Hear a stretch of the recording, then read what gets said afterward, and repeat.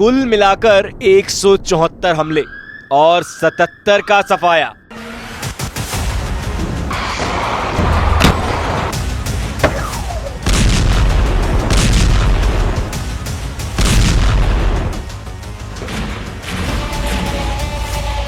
जी हां, ये सिर्फ एक दिन का आंकड़ा है, लेकिन अभी भी लाशें बिछनी जारी हैं।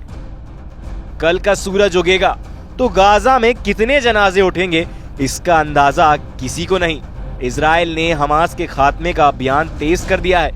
हूती के मिसाइल हमले के बाद इजराइल ने सभी फाइटर ग्रुप को बारूदी डोज देने में देर नहीं लगाई है। गुरुवार से शुरू हुए तूफानी हमलों ने शुक्रवार को तबाही की सारी हदें पार कर दी हैं।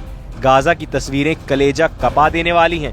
हर तरफ खंडर है, खंडर में खोजबीन है, चीखें हैं और खून से सनी जमीन है।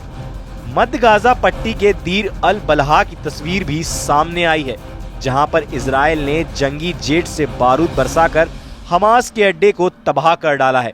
हमास लड़ाके जिस इमारत में छिपकर इजराइल पर हमला कर रहे थे, उसे बमबारी कर खंडर बना दिया गया है। इजराइल के हवाई हमले में 5 लोगों की मौत हुई है। हमले के बाद कंक्रीट से खंडर में सर्च ऑपरेशन कर शवों को निकाला जा सका है। कुल मिलाकर अब इजराइल ने हमास फाइटर के गढ़ में घुसकर मारना शुरू कर दिया है। वेस्ट बैंक हो, रफा हो या फिर सेंट्रल गाजा, हर तरफ कोहराम मचा है। दूसरी तरफ फिलिस्तीन स्वास्थ्य अधिकारियों ने वेस्ट बैंक में इजराइल की गोलीबारी में 6 लोगों के मारे जाने की जानकारी दी है। वहीं तुलकरेम बेस पर हुए हमले में 4 की मौत हुई है। खबर तो ये तक है कि अल जजीरा अरबी की रिपोर्ट में जानकारी दी गई है कि बेत लाहिया में कमाल अदवान अस्पताल पर इजराइल ने ड्रोन से हमला किया है। इजराइल के तोपखाने ने अस्पताल के गेट को बारूदी गोले दाग कर तबाह कर दिया है। दूसरी तरफ वेस्ट बैंक की मस्जिद में तोड़फोड़ और आगजनी के बाद से युद्ध भड़क गया है। हालांकि इजराइल ने वेस्ट बैंक की मर्दा मस्जिद में आगजनी और तोड़फोड़ की जांच करने का ऐलान किया है, क्योंकि इसके साथ साथ इजराइल ने यह आरोप भी लगाया है कि मस्जिद पर हमले का प्रोपेगेंडा खुद हमास ने रचा है, जिसमें मस्जिद को यहूदी मंदिर बनाने का प्रचार कर हमास लोगों को भड़काने में जुटा है। और इस सब के बीच इजराइल के भीषण हमले के बीच गाजा के लिए मानवीय सहायता अभी भी बॉर्डर पर अटकी हुई है। इसके बारे में भी कुछ बातें जानिए। 15 महीने से जारी युद्ध में मानवीय मदद पहुंचाने वाले सामान से भरे ट्रक केरेम शालोम क्रॉसिंग से आगे नहीं बढ़ पाए हैं। गाजा की सहायता के लिए अंतर्राष्ट्रीय संगठनों और संयुक्त राष्ट्र के भेजे गए 800 ट्रकों में लदे सामान की लूट का भी डर जताया जा रहा है। इतना ही नहीं, संयुक्त राष्ट्र ने इजराइल पर ट्रक ड्राइवरों को गाजा में एंट्री और सिक्योरिटी न देने के आरोप भी लगाए हैं।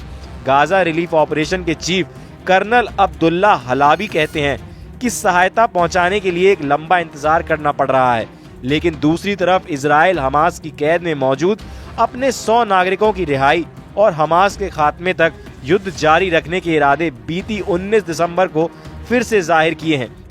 आर्मी चीफ हर्जी हालेवी ने हमास पर मैक्सिमम प्रेशर बनाने के ऑर्डर वॉर जोन में पहुंच कर दे दिए हैं। हालांकि खबर ये भी है कि अमेरिका के दबाव में हमास लीडरशिप इजराइल से समझौते की कोशिश में लगी हुई है, लेकिन वो इस फैसले तक आए उससे पहले ही नेतन्याहू हमास को ज्यादा से ज्यादा नुकसान पहुंचाने की कोशिश में जुटे हैं।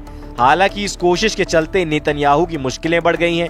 आईसीसी ने उन्हें गिरफ्तार करने का फरमान जारी किया है और यही कारण है कि नेतन्याहू ने गिरफ्तारी के डर से पोलैंड विजिट ही कैंसिल कर दिया।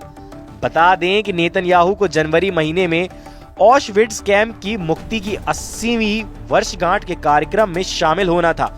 ये कार्यक्रम अगले महीने 27 जनवरी को अंतर्राष्ट्रीय नरसंहार स्मरण दिवस पर पोलैंड में आयोजित होना था और इसमें ब्रिटेन के किंग चार्ल्स सहित दुनिया भर के दर्जनों नेता और राष्ट्रीय अध्यक्ष हिस्सा लेने जा रहे हैं।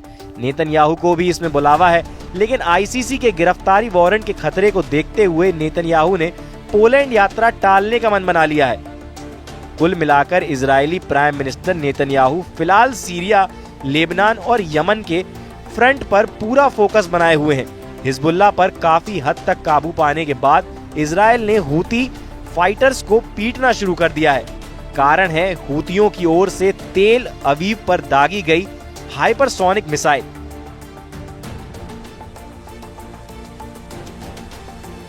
हालांकि इजराइल ने यह दावा किया है कि उसे इस हमले से कोई खासा नुकसान नहीं हुआ है, लेकिन ध्वनि की गति से भी 5 गुना तेजी से उड़ान भरने वाली हाइपरसोनिक मिसाइल हूतियों के हाथ कैसे लगी, ये इजराइल को भी चौंका रहा है। इसलिए ही इजराइल ने यमन में भीषण हमले शुरू कर दिए हैं और हूतियों के सैन्य ठिकानों और तेल कुओं को टारगेट किया है। इजराइल इस कोशिश में है कि जैसे हिजबुल्लाह का उसने खात्मा किया और उसके फन को कुचल डाला है, उसी तरह से वो अब हूतियों के भी हौसले पस्त करके ही दम लेगा।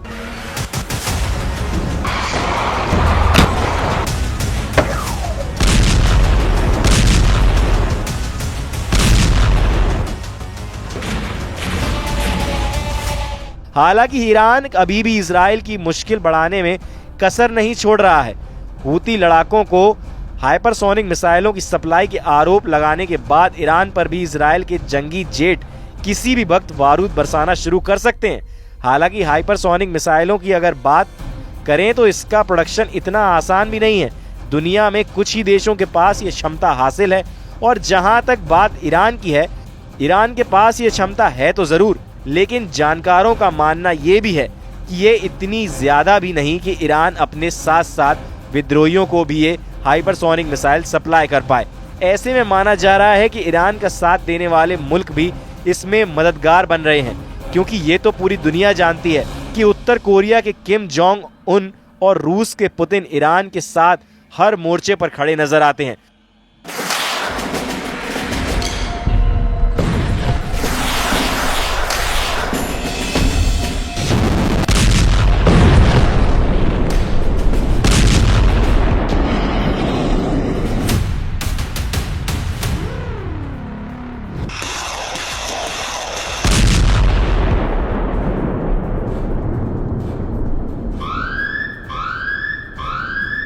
तो क्या ये हाइपरसोनिक मिसाइल ईरान के बजाय कहीं और से हूतियों ने हासिल की हैं?